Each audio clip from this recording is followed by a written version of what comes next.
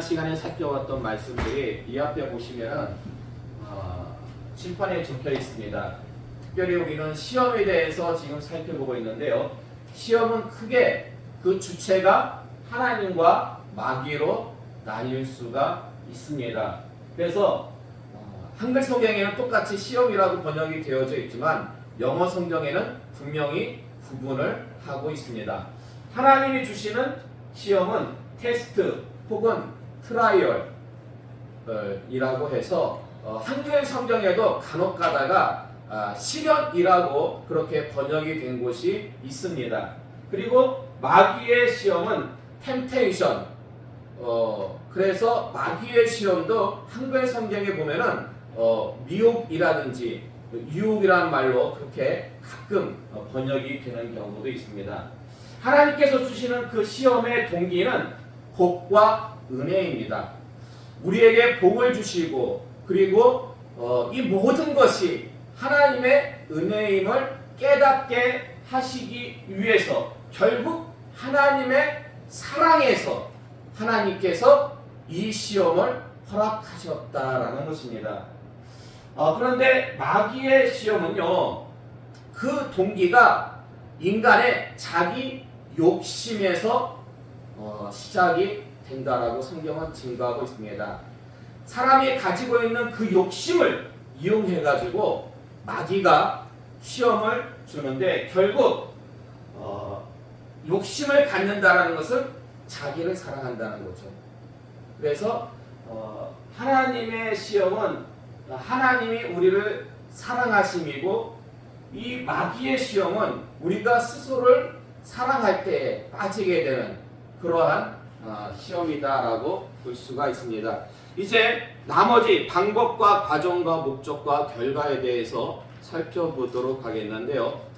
하나님의 시험, 그 방법은요. 로마서 5장 3절의 말씀을 볼까요?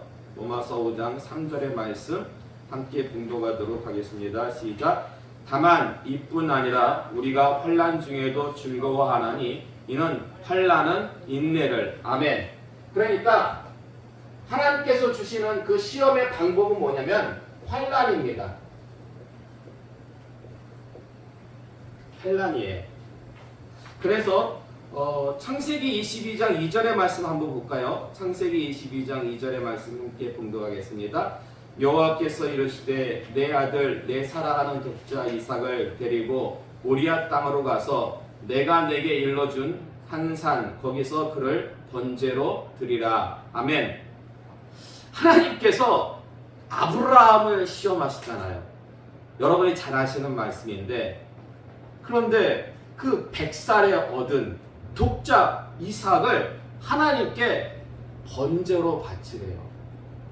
아마 이 시험은 정말 믿음이 강하지 않으면 정말 통과하기 힘든 그러한 시험이고, 제가 볼 때에 아브라함 일생 가운데에서 가장 힘든 그런 어떤 시험이 아니었을까, 시련이 아니었을까라고 그렇게 생각이 되어집니다. 그래서요, 야고보서 1장 2절에서 3절의 말씀 한번 볼까요? 야고보서 1장 2절에서 3절의 말씀 함께 봉독하겠습니다. 내 형제들아 너희가 여러 가지 시험을 당하거든 온전히 기쁘게 여기라. 이는 너희 믿음의 시련이 인내를 만들어내는 줄 너희가 알미라. 아멘. 자, 그 하나님께서 주시는 그 시험을 다른 말로 믿음의 시련이라고 말할 수가 있습니다. 믿음의 시련. 어찌 보면 이 아브라함이 하나님으로부터 받은 이 시험이 가장 대표적인 믿음의 시련이 아닐까라는 그런 생각을 저는 개인적으로 갖게 됩니다. 자, 그리고 이어서 마귀의 시험. 그럼 마귀는 어떤 방법으로 저 시험을 주는지 고린도후서 11장 3절의 말씀 볼까요? 고린도후서 11장 3절의 말씀 함께 봉독하겠습니다. 시작. 뱀이 그 관계로 하와를 미혹한 것 같이 너희 마음이 그리스도를 향하는 진실함과 깨끗함에서 떠나 부패할까 두려워하노라. 아멘. 자, 여기서 말하는 이 뱀은 악한 마귀 사탄을 가리키죠. 뱀이 무엇으로 하와를 미혹했습니까? 간계로. 간계가 뭡니까? 간사한 속임수를 가리킵니다. 간계. 그런데요, 이때 마귀가 무엇이라고 그들을 아담과 하와를 속였습니까? 너희가 선악과를 먹게 되면은 너희는 누구와 같이 된다? 하나님과 같이 된다. 아주 달콤한 말로, 꿀과 같이 달콤한 말로 그들을 속여서 범죄하게 만들었다라는 것입니다. 그래서 이 사단의 관계는요, 꿀처럼 아주 달콤합니다. 그래서 너무나 우리가 빠지기 쉬워요. 우리 연약한 인간이. 보세요. 지금 하나님께서 주시는 그 시험은 환난이에요. 믿음의 시련이에요. 여러분, 솔직히 우리가 신앙생활을 하고 있지만은 어느 것이 더 우리 마음을 더 현혹합니까? 내 자녀를 바치라는 이 말씀이, 아니면은 너희가 하나님과 같이 되리라는 어떤 말이 우리를 더 유혹합니까? 사실 이 마귀의 시험은요, 어려울 게 하나도 없잖아요. 너무나 좋은 거 아닙니까? 하나님과 같이 된다?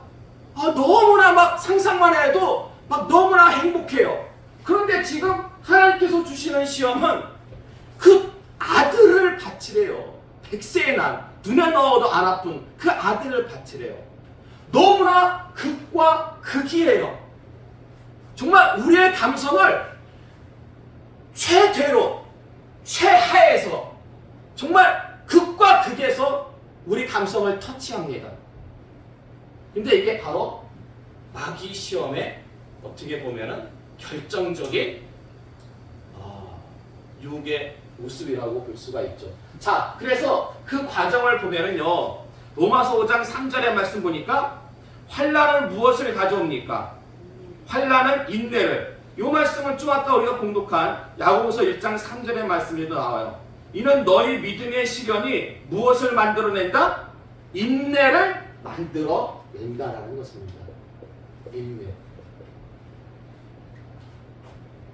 믿음의 시련이 인내를 만들어내는데요. 야고보서 1장 4절에서 5절의 말씀 볼까요? 야고보서 1장 4절에서 5절의 말씀 함께 공독하겠습니다. 시작. 인내를 온전히 이루라. 이는 너희로 온전하고 구비하여 조금도 부족함이 없게 하려 함이라. 너희 중에 누구든지 지혜가 부족하거든 모든 사람에게 후히 주시고 꾸짖지 아니하시는 하나님께 구하라. 그래야면 주시리라. 아멘. 지금 성경은요, 이 인내를 얘기하면서 바로 이어서 무엇을 얘기하고 있냐면 지혜를 얘기하고 있습니다. 이게 무엇을 의미하냐면, 여러분, 하나님께서 여러분에게 시험을 주셨을 때에 여러분이 정말 인내하면서 그 시험을 견뎌내야 되거든요. 근데 여러분이 인내할 때 여러분에게 정말 중요한 것이 있습니다. 그것이 바로 지혜예요. 근데 이 지혜는 세상 지혜가 아닙니다. 바로 하나님의 지혜, 즉 성경 말씀이다라는 것입니다. 제가 동의교회에서 나왔을 때에, 그래서 안양에서 좀 1년 조금 넘게 거주할 때에, 그때 저 자신이 참 희한한 경험을 했어요. 그게 뭐냐면, 지금 목회를 하다가 어찌 보면은 상처를 받고 지금 교회를 나왔는데, 제가 뭘 했냐면요, 어떤 세상적인 생각으로는 지금 사역지가 없으니까 당장 먹고 사는데 문제가 생기잖아요. 그래서 뭘 해야 됩니까? 직장을 잡든지 알바를 하든지 해야 되잖아요. 사실 제가 처음 하는 고백인데, 그때 알바를 제가 하려고 했었어요. 집안의 가정이니까 그래도 책임감 있게. 그래서 제가 딱히 뭐 배워놓은 기술이 없으니까 그래도 이렇게 시간을 내 가지고 할 수 있는 그 알바가 뭘까 고민하다가 편의점 알바가 생각이 나더라고요. 그래서 이렇게 인터넷을 검색해 가지고 그 편의점, 안양 집 근처에 있는 편의점을 검색해서 이제 제가 연락을 했어요. 연락을 해가지고 이제 면접을 보기로 그렇게 약속까지 잡았어요. 그런데 그때 제가 차에서 한 시간 이상을 제가 이제 면접하러 갔거든요. 면접하러 갔는데 그때가 이제 뭐 10월달, 11월달 막 이렇게 요때라서 좀 오후 시간이라서 날씨가 좀 선선했거든요. 그런데 제가 차 안에서 1시간 이상을 제가 막 고민했어요. 이제 제가 차문만 열고 가가지고 이제 뭐 편의점 들어가서 이력서만 주고 하면은 제가 거기서 알바를 하게 될 텐데 이걸 해야 되나 말아야 되나 뭐 그게 무슨 뭐 큰 죄는 아니겠죠. 근데 지금 하나님께서 나를 지금 나오게 하신 데에는 분명한 이유가 있을 것이고 내가 지금 여기서 비록 사역을 하지 않지만 이 알바를 하다 보면은 혹여라도 점점 더욱더 어떤 세상의 직장과 가까워질 수가 있고 점점 더 돈을 버는 데에 내 삶의 목적이 될 수도 있겠다 라는 생각이 들고 저는 원래부터 그런 생각이 있었거든요. 목회는 근로자가 아니다 라는 생각이 있었어요. 왜냐하면 목회는 돈을 벌고자 하는 어떤 직업이라기보다는 하나님께 대한 헌신이기 때문에 그래서 보통 목사님들에게 드리는 그 한 달 그 월급도 사렙이라고 이렇게 얘기를 하잖아요. 월급이라고 얘기를 안 하고. 그래서 정말 고민을 많이 했습니다. 할까 말까 해야 되나 말아야 되나. 1시간 이상을 그 차 안에서 그 추운 차 안에서 1시간 동안 고민하다가 결국 전화를 했어요. 편의점 사장님한테. 제가 일이 있어서 못 가게 됐던.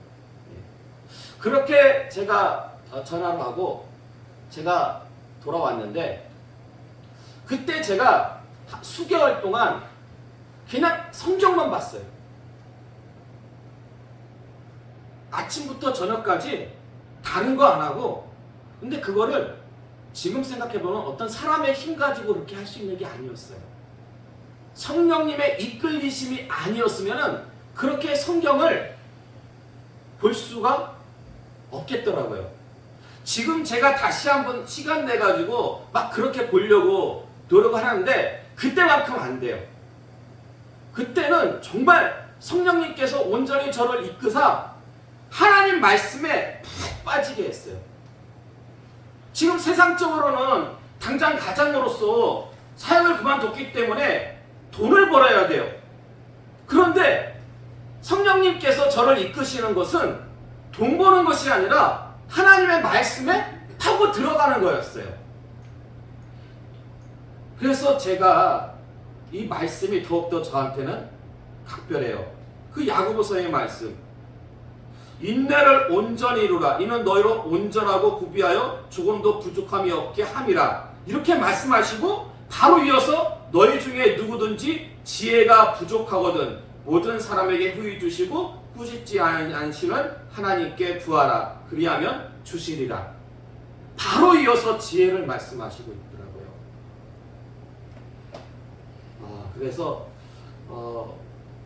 정말 어찌 보면은 그 기간이 저한테는요 지금 뒤돌아보면은 안식년이자 또한 제 목회를 새롭게 재정비하면서 그동안 제가 해왔던 그 설교들을 그 말씀으로써 다시 정리하고 다시 이렇게 뜀박질할 수 있는 그러한 재도약의 시간이 되었다라고 말씀을 드릴 수가 있습니다. 그런데 중요한 것은요, 이것이 비단 저뿐 아니라 여러분들에게도 분명 필요할 줄로 믿습니다. 그래서 모든 시험은 하나님께서 우리에게 복과 은혜를 주시기 위함인데, 이 시험은요, 크든지 작든지 분명 주님 앞에 서는 그날까지 우리에게 계속해서 주어질 겁니다. 왜냐하면 하나님께서는요, 우리에게 항상 복과 은혜를 주시기 위해서 그렇게 노력하시고 열심을 갖고 계신 분이기 때문입니다. 그때마다 우리가 인내하면서 가져야 될 것은 바로 하나님의 지혜, 즉 하나님의 말씀인 줄로 믿으시기 바랍니다.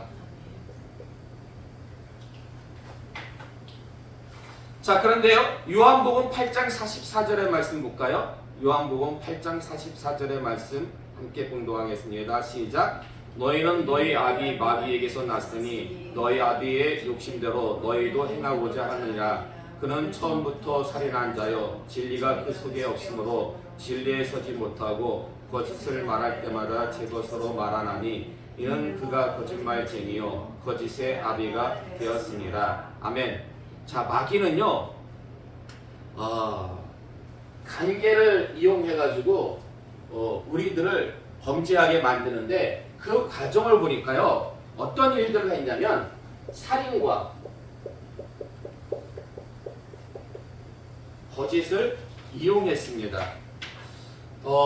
가인이 그 아벨을 죽일 때에 그 뒤에서 그 영적으로 배후에서 가인이 아벨을 죽이도록 충동질한 게 바로 이 마귀예요. 그리고 하와가 이 선악과를 따먹도록, 너희가 선악과를 따먹으면 하나님과 같이 된다라는 거짓말을 한 것이 바로 이 마귀였다라는 것입니다. 그래서 이 하나님의 뜻에, 하나님의 말씀에 반대하는 그런 말로써 사람들을 속이는 것이 바로 마귀의 전략이다라는 것입니다. 특별히 요즘 오늘날의 시대를 보면은요, 이 마귀가 세상 사람들을 점점 더 어떤 식으로 몰아가냐면 하나님의 지혜, 하나님의 말씀과 반대되는, 그래서 하나님이 없다, 사람이 먼저다, 인간 중심, 이런 식으로 세상 학문이 인문학 중심으로 이렇게 점점점 가는 모습을 볼 수가 있는데, 이것은, 이러한 세상 지혜는 결국 마귀에게서 나온 것임을 알 수가 있습니다. 그러니까 마귀는요, 세상 지혜를 이용해 가지고 우리들을 현혹시키고 우리들을 범죄하게 만든다라는 것입니다. 자, 이제 하나님께서 시험하시는 그 목적을 좀 살펴보도록 하겠는데요. 로마서 5장 4절의 말씀을 볼까요? 로마서 5장 4절의 말씀 함께 공독하겠습니다. 시작. 인내는 연단은 소망을 이루는 줄 알미로라. 아멘. 자, 원래 로마서 5장 3절에서 4절의 말씀은 계속해서 이어지는 말씀입니다. 환난은 인내는 무엇을? 연단. 근데요, 이 연단이라는 말을 글쎄요, 저는 좀 번역을 좀 어렵게 했다고 생각이 들어요. 그래서 연단이라는 단어는 왠지 좀 우리에게 이렇게 기쁨과 즐거움을 주는 그런 단어라기보다는 어려움과 힘든 상태를 의미하는 그런 단어처럼 들리잖아요. 이게 연단이라는 말이 신앙의 성숙을 의미합니다. 성숙한 인격을 의미해요. 그 굉장히 좀 우리에게 유익한 그런 단어인데 이걸 좀 연단이라는 말로 이렇게 표현을 하다 보니까 아유 이거 뭐 정말 끝이 없네 어려움이 이런 식으로 쉽게 생각할 수가 있는데 그게 아니고 하나님께서 우리에게 시험을 주시는 그 목적은 우리들에게 성숙한 신앙을 주시기 위해서 우리들의 인격이 성숙해지기 위함이다라는 것입니다. 근데 좀 아까 여러분 우리가 인내할 때에 하나님께서 주시는 그 시험에 대해서 인내할 때 우리에게 필요한 것이 뭐라겠습니까? 하나님의 지혜, 하나님의 말씀이라고 했죠. 그래서요 우리가 시험을 통과할 때에 하나님의 말씀을 가까이 해야 돼요. 하나님의 말씀을 가까이 하다 보면은요 그 시험의 과정 가운데서 그 시험에 이렇게 지나가서 이게 어느 정도 그 하나님의 때, 그 목적의 때가 딱 되었을 때 그 말씀을 통해서 우리의 신앙이 어떻게 될까요? 성숙해집니다. 그리고 우리의 인격도 더불어서 성숙해진다는 것입니다. 그래서 에베소서 4장 13절에서 14절의 말씀 볼까요? 에베소서 4장 13절에서 14절의 말씀 함께 봉독하겠습니다. 시작. 우리가 다 하나님의 아들을 믿는 것과 아는 일에 하나가 되어 온전한 사람을 이루어 그리스도의 장성한 분량이 충만한 데까지 이르리니 이는 우리가 이제부터 어린아이가 되지 아니하여 사람의 속임수와 간사한 유혹에 빠져 온갖 교훈의 풍주에 밀려 요동하지 않게 하려 함이라. 아멘. 자, 지금 사도 바울은요 에베소서에서 우리가 하나님의 말씀을 가지고 그러니까 우리가 복음을 통해서 하나님의 아들을 믿는 것과 아는 일에 우리가 하나가 되어서 온전한 사람을 이루기를 하나님의 말씀을 통해서 시험이 우리에게 주어질 때마다 우리는 인내해야 되는데요. 그냥 인내하는 게 아니에요. 말씀 가지고 인내할 때에 그 말씀이 우리를 온전한 사람으로 만든다라는 것입니다. 그래서 그리스도의 장성한 분량이 충만한 데까지 이르는 거예요. 근데 여러분 이걸 아셔야 돼요. 시험이 없잖아요. 시험이 없으면 이 복과 은혜만 주어지지 않는 것이 아니라 14절의 말씀 보니까 우리에게 시험이 없으면 인내를 통해서 그 말씀으로 우리가 성장하지 않으면 우리가 계속해서 어린아이로 그냥 지낼 수밖에 없는 거예요. 어린아이의 신앙이 된다라니까요. 그래서 우리가 성장하려면 성숙한 인격이 되려면 반드시 우리에게 시험이 주어져야 된다라는 것입니다. 이 말씀은 히브리서 5장 12절에서 14절에도 있는데요. 함께 봉독할까요? 히브리서 5장 12절에서 14절의 말씀. 때가 오래 되었으므로 너희가 마땅히 선생이 되었을 터인데 너희가 다시 하나님의 말씀의 주보에 대하여 누구에게서 가르침을 받아야 할 처지이니 단단한 음식은 못 먹고 젖이나 먹어야 할 자가 되었도다.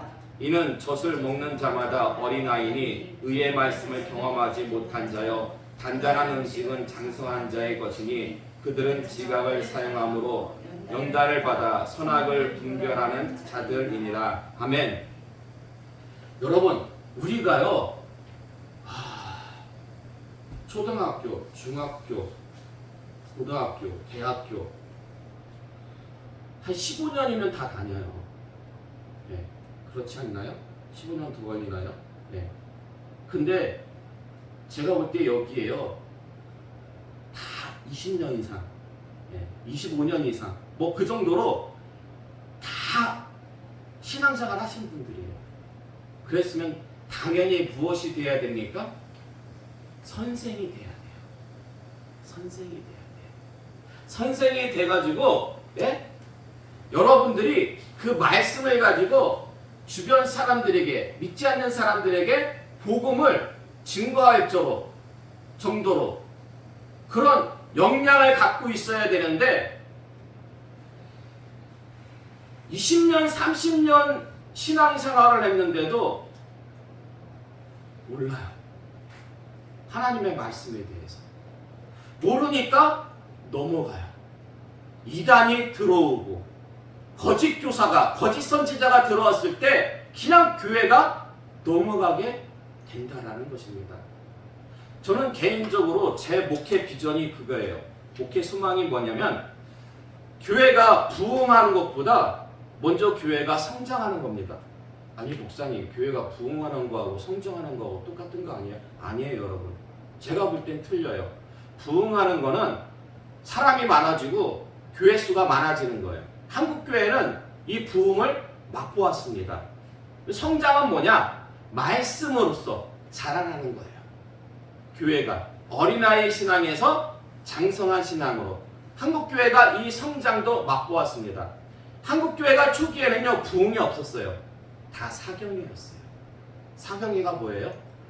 그냥 말씀 가지고 말씀을 가르치고 그 말씀을 받아 먹어서 이제 장성한 그리스도의 분량이 장성한 자로 온전한 자로 성장하는 거였습니다.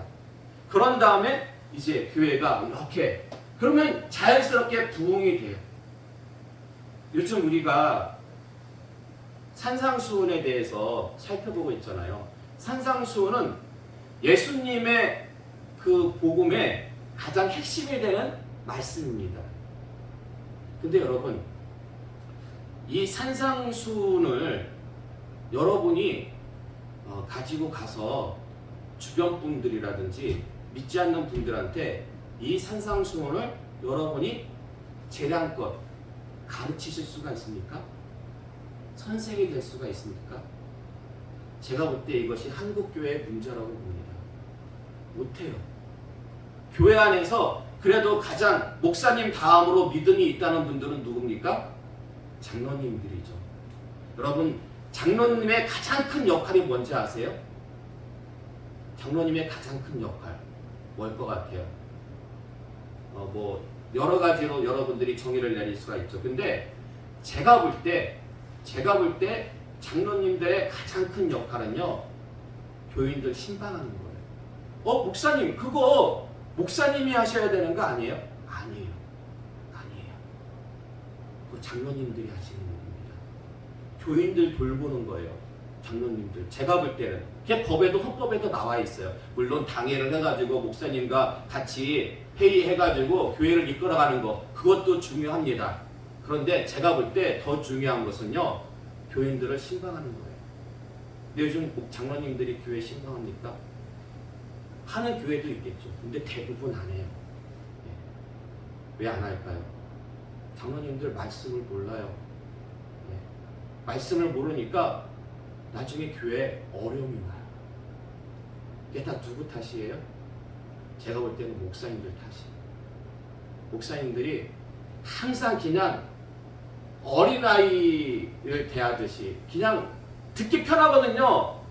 그냥 어려운 말씀이 아니고 딱딱한 말씀이 아니고 단단한 말씀이 아니고 그냥 듣기 편한 말씀, 젖과 가도 같은 그런 말씀을 매일 주시니까, 아니 장로님이 되었으면은 그래도 단단한 음식을 먹고 믿음이 성장해야 되는데, 그래서 어디를 가시든지 간에 이런 로마서라든지 바울서신 중에서 가장 중요한 로마서든지 이런, 그리고 계시록에 있는 말씀이라든지 예수님의 그 복음서에 특별히 이 산상수훈 같은 말씀은 어딜 가든지 간에 펼쳐놓고 교인들과 함께 같이 말씀 공부도 할 수가 있어야 되고 그들에게 가르칠 수 있어야 되는데 그러질 못한다는 거예요. 그러질 못하니까 안타깝죠. 한국의 장로교가 제일 많습니다. 그런데 한국의 기독교가 오늘 어떤 식으로 욕을 얻어먹습니까? 개독교라고 욕을 얻어먹습니다. 이건 아니에요. 왜 그럴까요? 신앙들이 초보고 20, 30년 되었으면 선생님이 돼야 되는데 아직까지도 어린아이 신앙이다 보니까 세상에 나가서 소금과 빛의 역할을 감당하지 못했기 때문에 그렇습니다. 그래서 저는요, 정말 우리 교회가 성장하길 바랍니다. 정말 성장하길 바라요. 그래서 여러분이 시험에 들었을 때에도 막 흔들리는 그런 모습을 갖는 것이 아니라 딱 중심을 잡고 신앙생활 하실 수 있는 그런 여러분이 다 되시기를 바랍니다. 자, 그 주보 뒷장으로 넘기셔가지고 고린도전서 3장 1절에서 3절의 말씀을 함께 봉독할까요? 고린도전서 3장 1절에서 3절의 말씀 함께 봉독하겠습니다. 형제들아, 내가 신령한 자들을 대함과 같이 너희에게 말할 수 없어서 육신에 속한 자 곧 그리스도 안에서 어린아이들을 대함과 같이 하노라. 내가 너희를 젖으로 먹이고 밥으로 아니하였노니 이는 너희가 감당하지 못하였으니와 지금도 못하리라. 너희는 아직도 육신에 속한 자로다. 너희 가운데 시기와 분쟁이 있으니 어찌 육신에 속하여 사람을 따라 행함이 아니니요. 아멘. 사도 바울이요, 고린도 교회를 처음 세울 때는요, 밥으로 먹이지 않았어요. 젖으로 먹었어요. 왜냐하면 어린아이이기 때문에. 그런데요, 시간이 지났어요. 많은 교역자들이 그들을 가르쳤어요. 그럼에도 불구하고 여전히 그들은요, 어린아이 신앙이었어요. 그러다 보니까 교회 안에 시기와 분쟁이 가득했다라는 것입니다. 성장하지 못하면은요, 교회 안에 문제가 생기는 것은 시간 문제예요. 그래서 제가 볼 때는 그래요.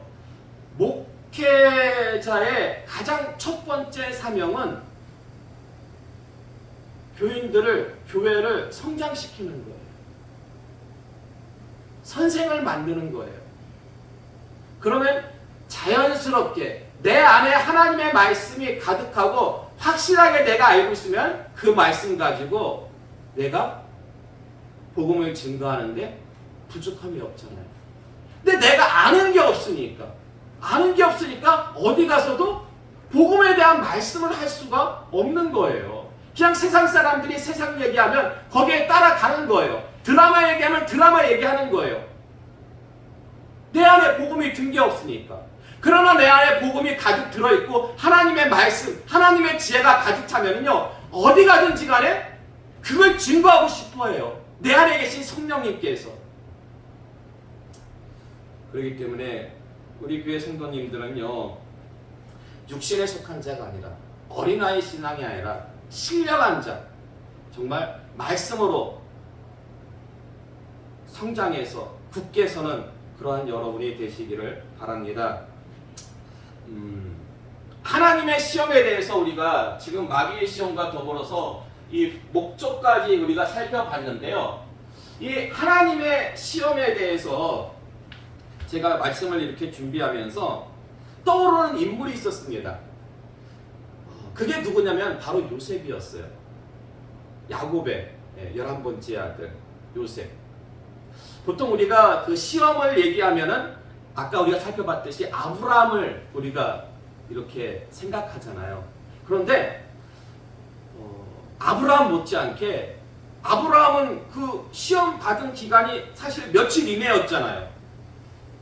자녀 이삭을 독자로 이렇게 번제로 바치라고. 근데 이 요셉은요, 그 시험의 기간이 최하 몇 년이었어요?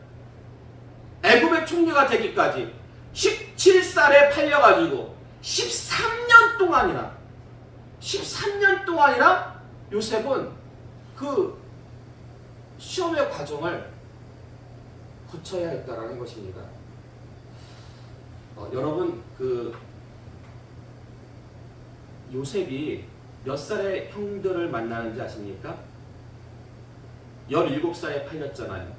그래서 30살에 총리가 됩니다. 그리고 형들을 몇 살에 만나요? 39살에 만납니다. 39살에. 그러니까 22년 만에 만나요. 형들을. 22년 만에 만나는데 그때 형들이 놀랄 노자였죠. 자기들이 팔아먹은 요셉이 애굽의 총리가 돼가지고 자기들 눈앞에 딱 등장하니까 완전히 정말 기절하기 직전이었을 거예요. 그런데 그때 요셉이요, 형들에게 이런 고백을 합니다. 근심하지 마세요. 한탄하지 마세요. 왜? 당신들이 나를 팔았잖아요. 나를 팔았다고 해서 근심하거나 한탄하지 마세요. 나를 이곳에 보내신 이는 하나님입니다. 하나님. 정말 성숙해졌죠. 정말 성숙해졌어요. 정말 성숙해졌어요. 예. 그런데 우리는 요셉의 얘기를 성경을 통해서 보면서 한 가지 궁금한 점을 갖게 됩니다. 그게 뭐냐면 요셉을 가장 사랑했던 사람이 누굽니까? 그 아버지 야곱이었어요. 그 아버지 야곱. 그리고 야곱은 요셉이 짐승에게 죽은 줄로만 압니다. 그 형들이 팔아먹고 아버지에게 거짓말을 했기 때문에. 근데 요셉은요, 총리가 된 후에도 아버지를 찾지 않습니다. 여러분 그거 좀 이상하지 않아요? 자기를 가장 사랑했고 그리고 자기가 죽은 줄로만 알아가지고 날마다 슬퍼했을 아버지를 생각한다면 자기가 보디발의 집에서 하인으로 있을 때라든지 억울하게 누명을 쓰고 감옥에 갔을 때는 뭐 소식을 전할 형편이 안 되니까 그렇게 못 전했다 할지라도 왜 애굽의 총리가 되고 나서 왜 아버지한테 연락을 하지 않았던 걸까요? 그것도 9년씩이나 9년 동안이나 연락을 안 해요. 아버지한테. 여러분 이게 효도입니까? 불효입니까? 효도예요? 불효예요? 요셉이니까 불효라고 말하기 좀 뭐하고. 근데 솔직히 인간적으로 생각하면은 아니 아버지가 그렇게 끔찍하게 자기를 사랑했는데 왜 자기가 총리가 된 후에 아버지한테 여러분 중에서 만약에 여러분이 요셉이었다면 여러분은 아버지한테 기별을 했겠습니까? 안 했겠습니까? 네, 했겠죠. 근데 요셉은 안 했어요. 근데 여러분 그걸 아셔야 돼요. 이거는 불효가 아니라 그게 효도예요. 왜요? 요셉을 창세기 그 37장을 보시면은 그 요셉의 기사가 처음에 나와요. 요셉에 대한 기사가 처음 나오는데 요셉이 어떠한 모습으로 어떤 행동한 것에 대해서 성경이 증거하고 있는지 아십니까? 그 형들의 잘못을 고자질한 것. 고자질한 것에 대해서 그 37장 2절의 말씀 보면은 그 형들의 잘못을 아버지한테 고자질함으로 말미암아서 형들이 그 요셉을 미워하였다라고 성경은 증거하고 있습니다. 그리고 바로 이어가지고 요셉이 꿈을 꾸죠. 그 꿈꾼 내용을 듣고서는 형들이 요셉을 시기하였다라고 나옵니다. 그러니까 요셉은요 어떤 인물이었냐면은 뭐 그냥 우리랑 비슷한 인물이었어요. 아버지의 사랑을 독차지하고 있었기 때문에 형들의 잘못을 재빠르게 가가지고 아버지한테 고자질했고 그리고 자기의 꿈 내용이 너무나 좋은 거야.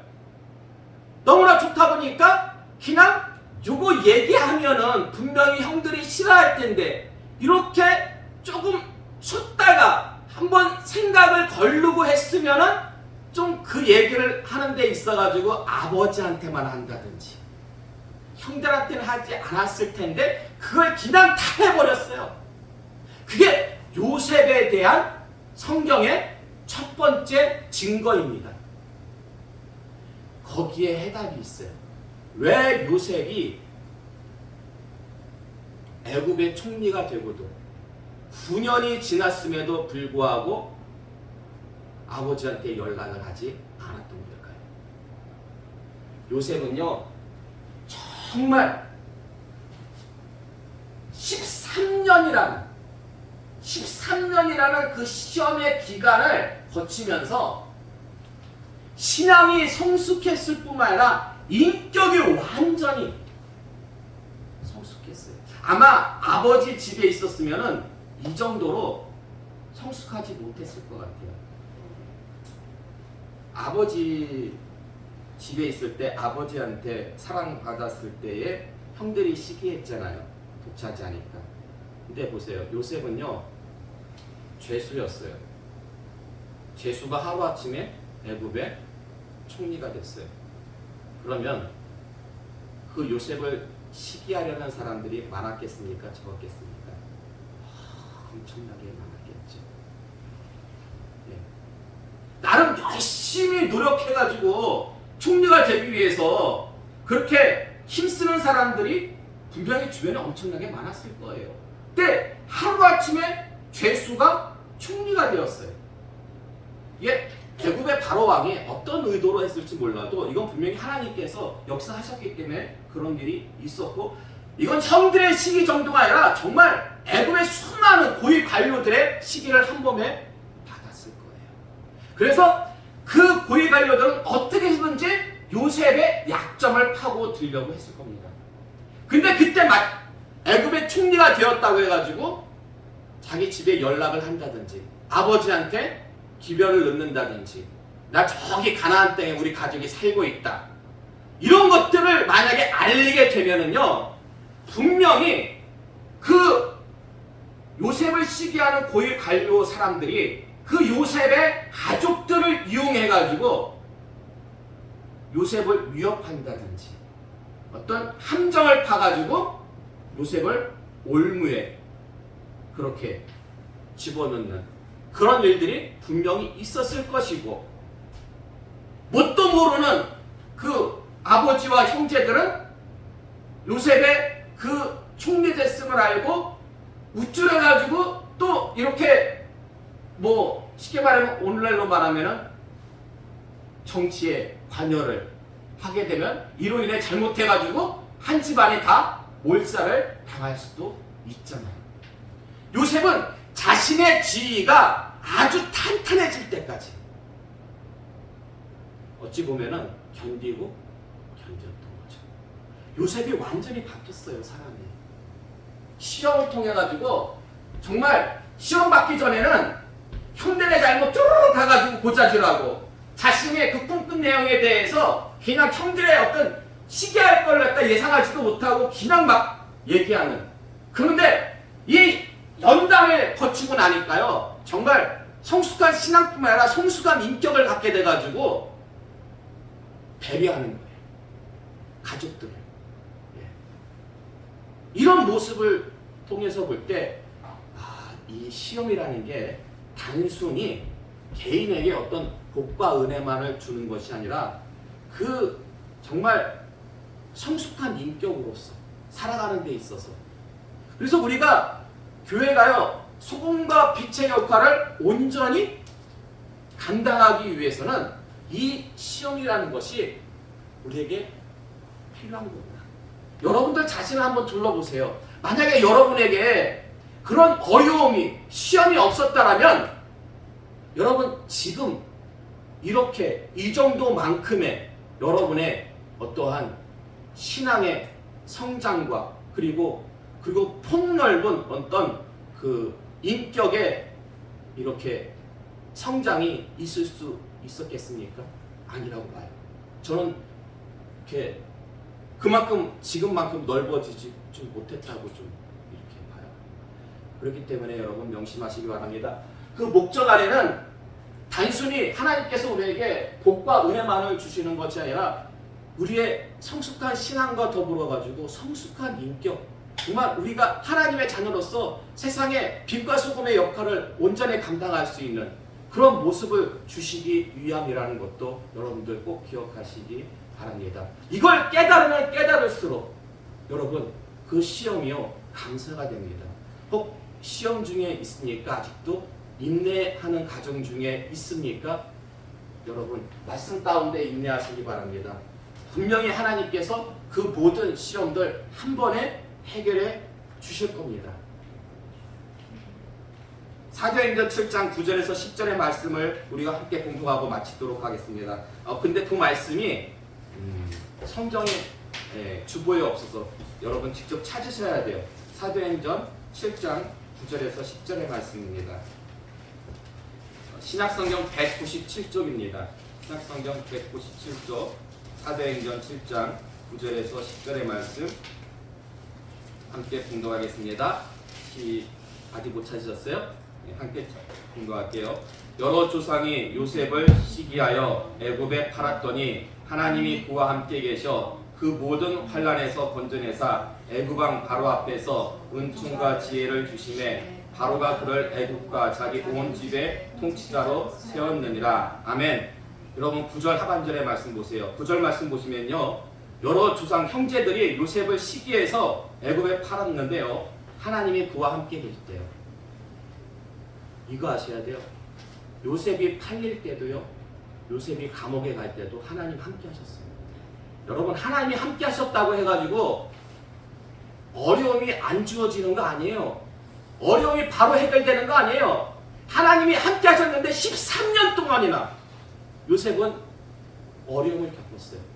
그런데 10절 말씀 보면 그 모든 환난에서 건져내사 하나님께서 요셉을 애굽의 총리로 세우심으로 그 모든 환난에서 건짐을 당했습니다.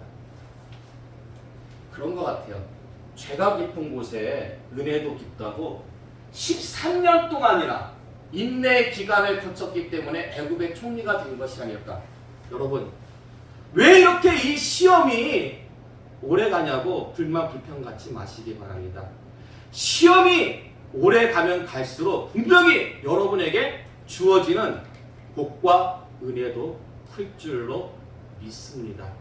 그리고 더 중요한 것은요, 하나님이 지금 여러분과 함께 하십니다.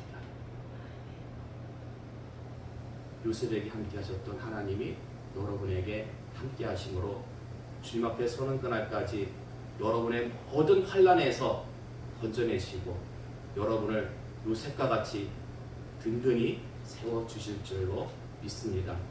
이러한 귀하고 복된 여러분의 모든 인생과 신앙과 가정과 교회 되시기를 주님의 이름으로 축원합니다.